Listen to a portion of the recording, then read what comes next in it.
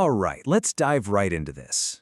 Way before the internet even existed, one of the absolutely most chilling urban legends in history began making the rounds. It was called the Well to Hell.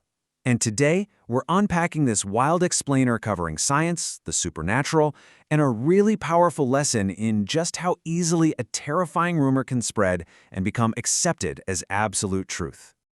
Picture this. It's 1989. You're just sitting in your living room and you hear this terrifying rumor spreading like wildfire across your town. The story goes that a group of Russian scientists, working out in some remote, frozen location, lowered a microphone incredibly deep into the earth.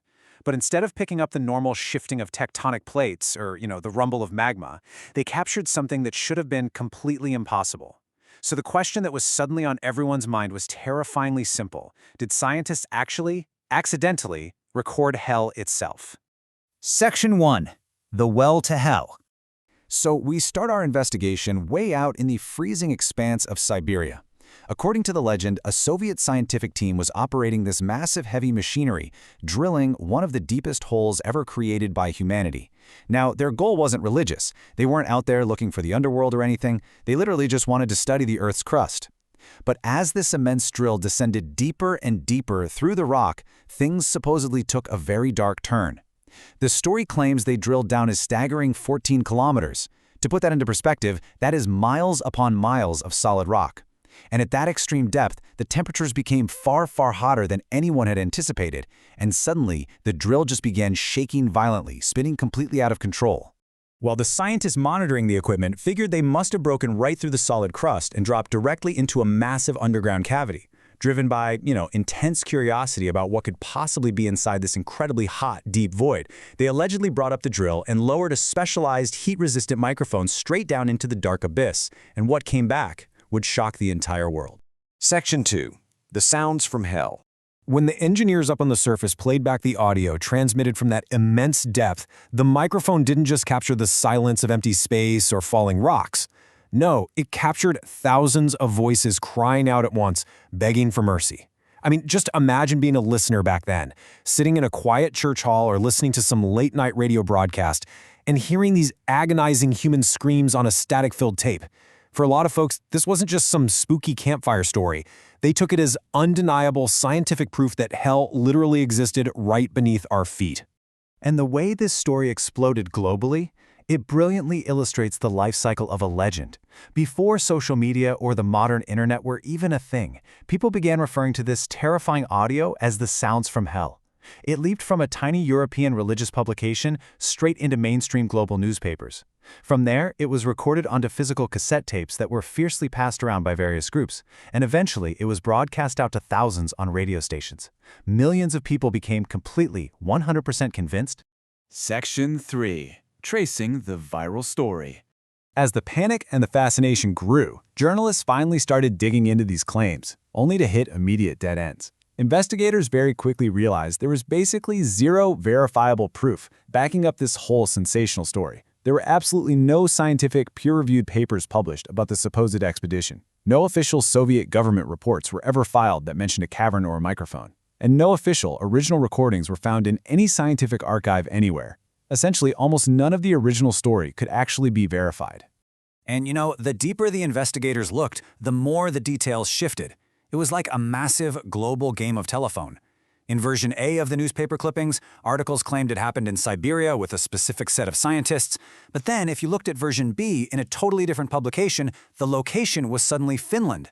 There were completely different names for the project leaders, totally different temperature readings, and entirely different depths. The whole foundation of the story was just crumbling. Section 4. Debunking the fake audio. So the crucial point became figuring out what people were actually listening to on those terrifying cassette tapes, because the screams were certainly real audio files. You could hear them with your own ears. But when audio experts systematically deconstructed the famous recording and really isolated those sound waves, they uncovered some fatal flaws. First off, they discovered that many sections of the screams perfectly matched stock sounds taken straight from old horror movies and commercial audio libraries.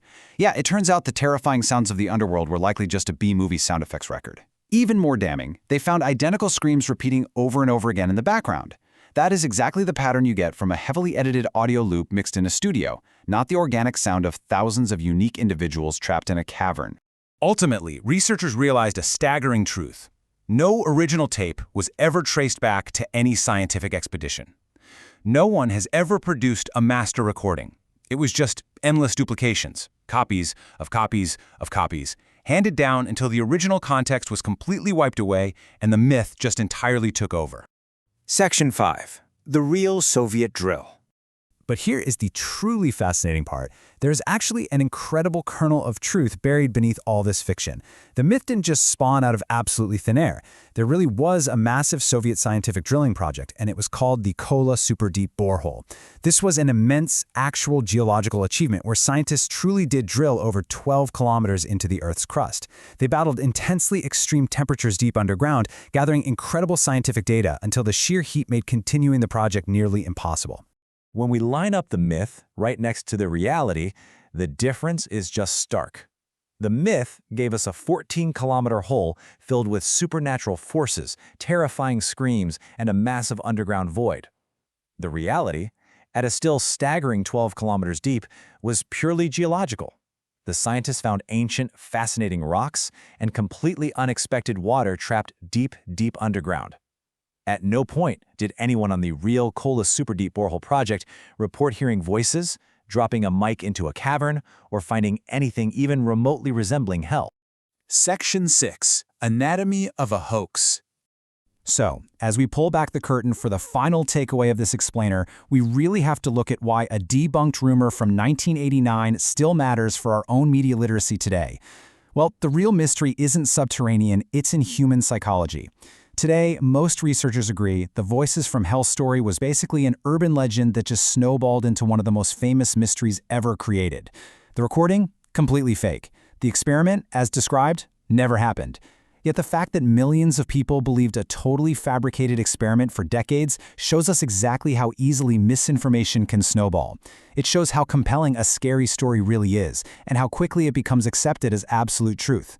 Sometimes our own vulnerability to a good story is way scarier than any monster underground.